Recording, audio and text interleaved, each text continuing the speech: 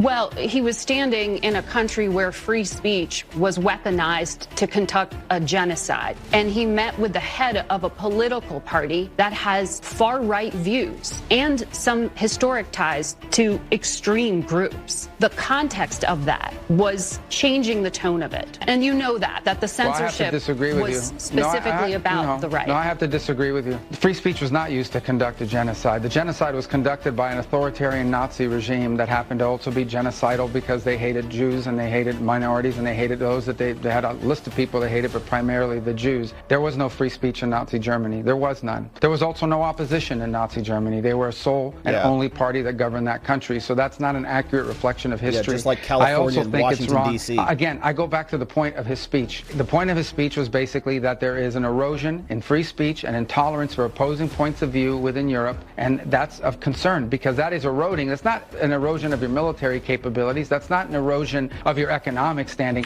That's an erosion of the actual values that bind us together in this transatlantic union that everybody talks about. And I think allies and friends and partners that have worked together now for 80 years should be able to speak frankly to one another in open forums without being offended, insulted, or upset. And I spoke to foreign ministers from multiple countries throughout Europe.